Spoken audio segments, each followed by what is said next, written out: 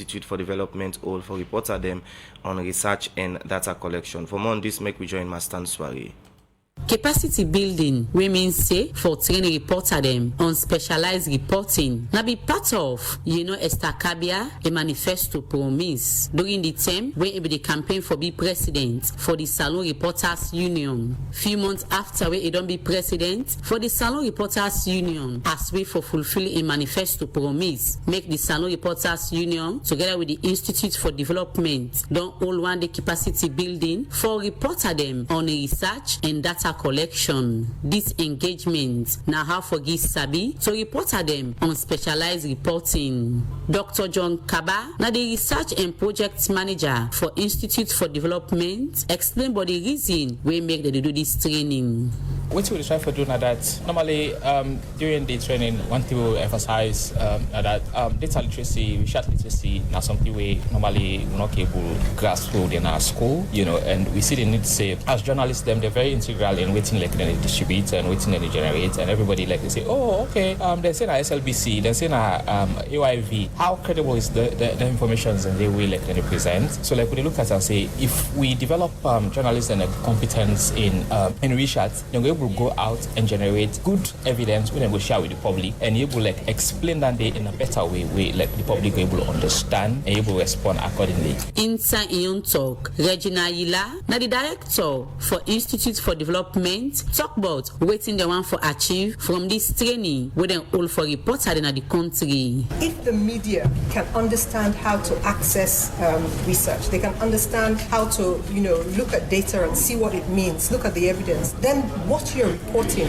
is just going to be so much more credible, so much more evidence-based. And for us as an institute, and not just for us, but many other research institutes, we are there all the time producing this research. If there is a way that it can always be disseminated, this is why we're so grateful and excited to have you all here today. The Salon Reporters Union na body where they set up for advocates for the welfare of reporter them na salon, and part of them work now for CC they give sabi to reporter them for improve them work. We make the president Esther Kabia talk about the importance of research and data collection and how this will improve reporter them work. The importance of research and data collection for journalists. As a president of the Reporters Union, I understand that journalism is not merely the act of reporting the news. It is a commitment to uncovering truth, fostering understanding, and driving societal progress. In an age where the overflow of information can overwhelm even the most educated minds, the need for credible,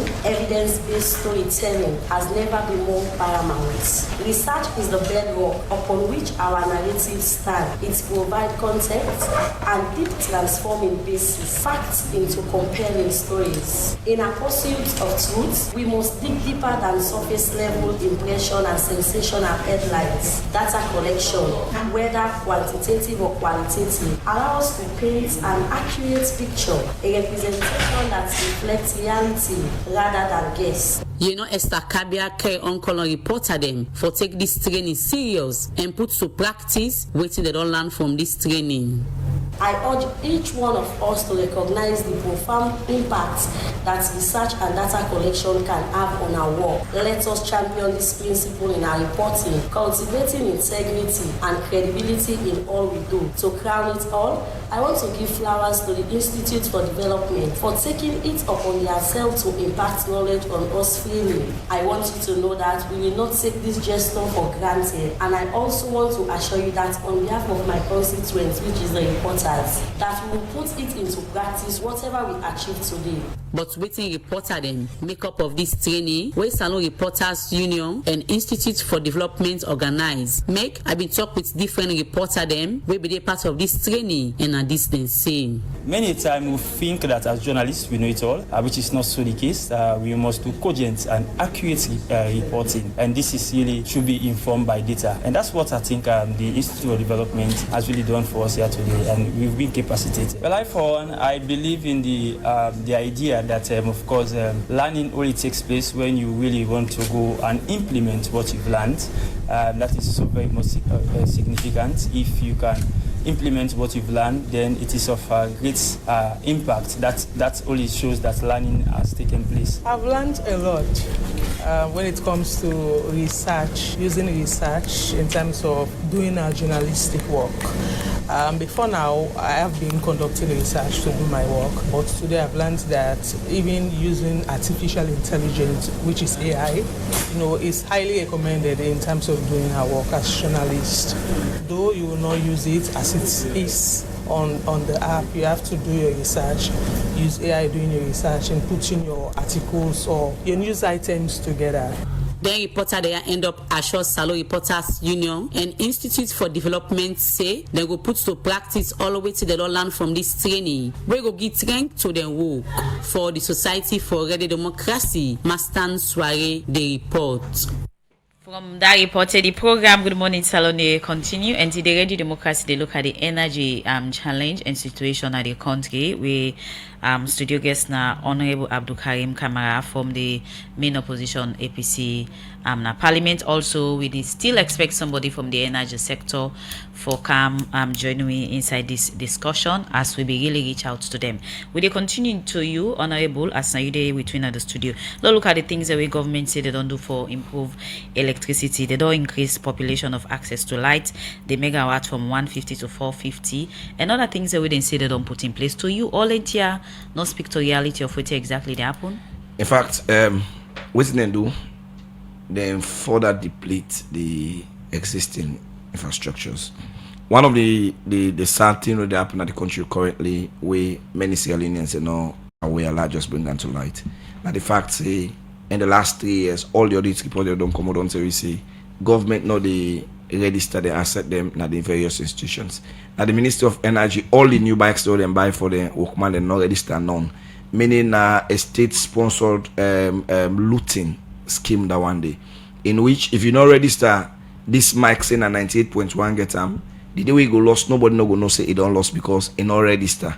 And that one day we don't say under the Ministry of Health, we don't say under the Ministry of Agriculture, and a plenty under the Ministry of Energy. You talk about the increase to power supply. We make at the cow down there because when you go back to the 2023 audit report, page 172, it will clearly say even the 6 megawatt project solar light project Nasongo, they abandon them. They not only abandon them, they left on a state where they work, they not get used to the state, they not get used to nobody. It just be a totally abandoned project. No country in the world not they increase the energy portfolio by abandoning projects because you think if I complete this and go see na APC do am. That is wickedness to the state. I continue for tell you and say this government not get no excuse. Let's shock the people in this country.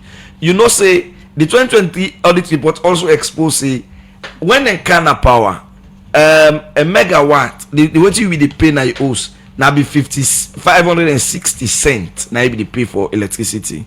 Now it is 6 Leon which is up to 1,000% increase now you the pay as Inokabia as Usman Kamara as AKK when at the top up meter. You see the difference.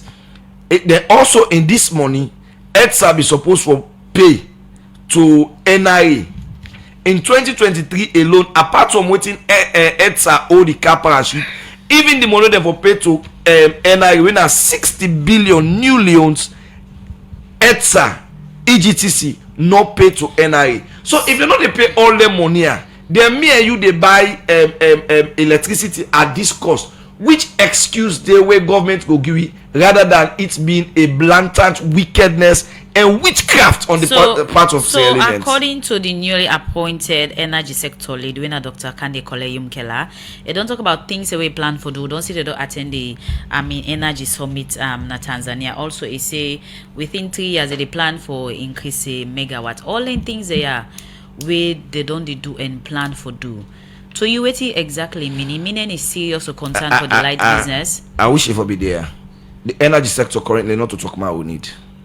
So we don't talk man. We don't need possibly to talk on the problem. What are you refer to? You're talking about what in Kande Umkela say we get a situation where in 3 years. In 3 years, except we not get for the power.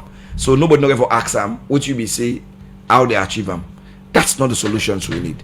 It only in a parliament when this government tell we say the energy sector is rife and it is kicking and it is okay.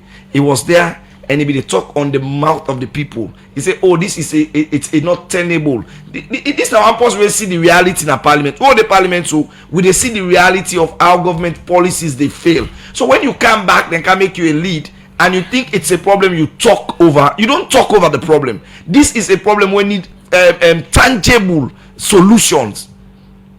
It need a tangible solutions, and the solution is one of the mistakes we they do in the energy sector now for things say, oh, we dey look for a permanent fix. A permanent fix